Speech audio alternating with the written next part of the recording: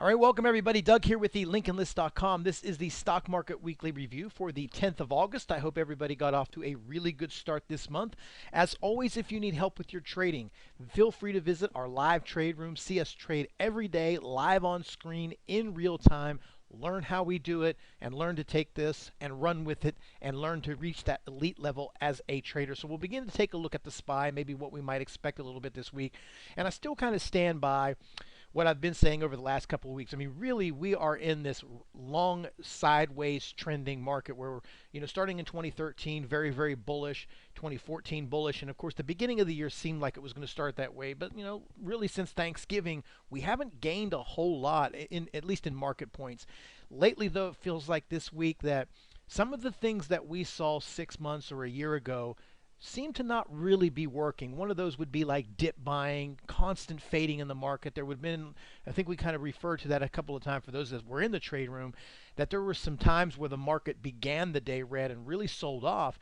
And, maybe 6 months ago that would have turned around and ended up going green for the day. But now we haven't seen that. A little bit of lack of interest. So that's something to pay attention to. Still, in my view, in my opinion, I have the lines drawn from the last couple of weeks I've been doing these videos. Nothing has changed until we get above this 213. Can we talk about really seeing some serious new highs? And until we get underneath this 204, I wouldn't change my stance till we really could start to see maybe possibly a correction. But still, at this point, we're just in a sideways market, which means anything can happen. But as always, every day you're going to find opportunities. There's always going to be a stock or a series of stocks, sectors or groups that are going to outperform the market. So I think now more than ever, especially in these sideways markets, it's not so much about what the market does as much as what your individual stocks, reading the tape, seeing those stocks, judging how they react, because they're going to move independent a lot of times of what the market is. So let's talk about one of those. Also, over the last few days, I mentioned, we really hadn't seen the cheapo stock go crazy. I mean, we had the VLTCs, the Lakes, the Digleys, all those heroes of the past. But we actually had a couple of them this week. One here snuck in on Friday was this AQXP, monstrous. I don't even know how to do the math. Oh, like it almost looks like 1,000%, a ridiculous, probably a 400 or 500% move here on this, but it has the makings. It's like every so often we've been seeing these cheap single-digit stocks start exploding on whatever news story. It doesn't make a difference, but the volume comes in, volume that the stock hasn't seen in months and sometimes in its history. And these low floaters start to kind of rotate that float. Stock goes crazy. This is one of them.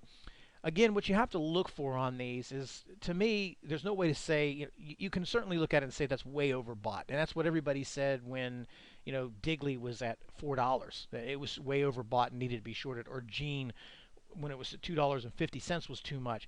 And then or VLTC that runs from a few bucks all the way up to 30. So you really, as crazy as it sounds and as ridiculous as it is, the reality of it is, it certainly could well go into $15 to $20 if it wants to. What we have to do as traders is be able to trade the way it looks. I mean, you could be a stubborn short here and get steamrolled. I'm certainly sure that somebody had tried and attempted it here at $6, saying this thing is way overbought, it's stupid, and then it cycles up in this one move, this just one wave move from $6 straight to $11. That's the kind of stuff that grenades accounts. What I like to do here, at least with these, is just take a look and see what it's going to do on Monday. If the dips get bought up on this stock, then you could have a potential second day run or something that may end up to a 15 or 16. Who's to say that it won't do that? Even if it sounds stupid, or even if it's completely overbought or makes no sense, that doesn't matter, because if the dips get bought up, the volume comes in, it can certainly run. I think the if it's going to run, the probability will be first thing in the morning. You'll see that action. You'll see as to whether or not it wants to rip. Now, if it gaps up or something like that, you probably wouldn't really want to mess around with that as far as a buy, because you're really going to run the risk of this thing getting sold off. And I mean, maybe at that point it would be a short. But in something like this, if you do short, which you have every justifiable reason to do so, you've got to use stops on something like this. You have to respect the kind of stock, the kind of float that it has. You have to respect that, because you don't know if you're in the next VLT. Maybe you're not. I mean, sure, certainly that's a rarity, but you never know, and that one mistake could cost you your account. I'm just really more interested here in seeing how this thing works tomorrow and playing it accordingly. AQXP is going to be a play there one way or the other. Let's take a look. Also, I want to go back and I want to look at this RDUS. This thing's had a couple of nice little pull days here after earnings. You're down into the 50 moving average. You got a little bit of a bounce there on Friday. So there could be a continuation or just at least a short-term bounce in this name, but you also have a couple which I'll show you here, same sector, and these were leaders in the market for a really long time, especially biotech stocks. And as I mentioned with the SPY, what we kind of saw here this week is a little bit of luster. Some of these mighty have fallen, so to speak, and a little bit of luster has been taken off of some of these names. You saw some heavy selling. Some might be in some good situations to buy. This one not in that particular sector directly, but you got this nice little 50 moving average bounce. Let's take a look at it. It worked okay off of that Friday just for a trade. No overnight holds for me on this. Just looking to see if there's a possible bounce play on this RDUS. Also want to look at data. This thing got crushed up pretty good after its earnings, gap down, and then had one of those really nice cat bounces in there, and then it kind of just rolled back over a little bit. But over the last week or so, as much as this thing has stayed down here in the doldrums, it's definitely held this 98. So you've got some really solid support not too far away. So maybe after 4 or 5 tries that we've got down here over the last week at this level, there's a potential that this thing could start breaking out of the short-term consolidated area, the upper area, which is 103.93. So kind of keep your eyes on this. I mean, at some point, just like I made reference to the market, one of these two important levels will be broken. And the way I look at it as a trader, it's not really up to me to predict which one is going to go first. It will be more let the market decide what it wants to do, and then I'll trade accordingly.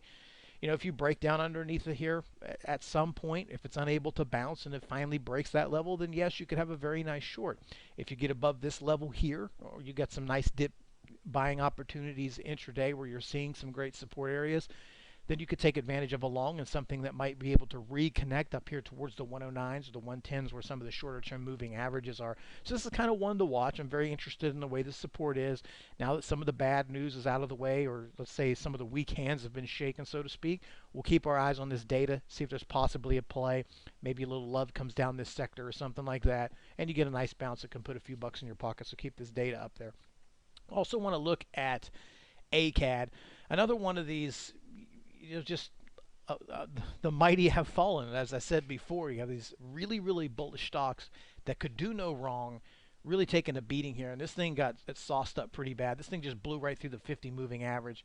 And usually when stocks get under that on a daily chart, it really changes the way that stock trades. It gets very, very bearish, but you've got serious selling off here, at least chart-wise. You got 47 to 39. Not as bad as we've seen some as percent-wise, but in terms of range and how this stock moves, this is a pretty good flush. If the only way I would look at this is, you really don't have any solid support until you get down into this 34. And you've already kind of lost or just barely clinging on to the lower 39s, mid 39s, where you have support back here going into the earlier parts of June. So it's barely bouncing off of that support. It's not really that convincing.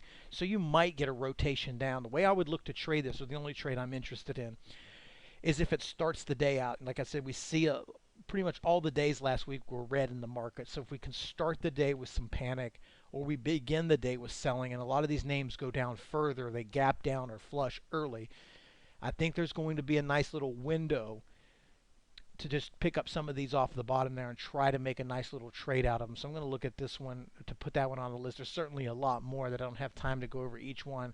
But you certainly have a lot of stocks that kind of look like this here. So keep this one on the list as well.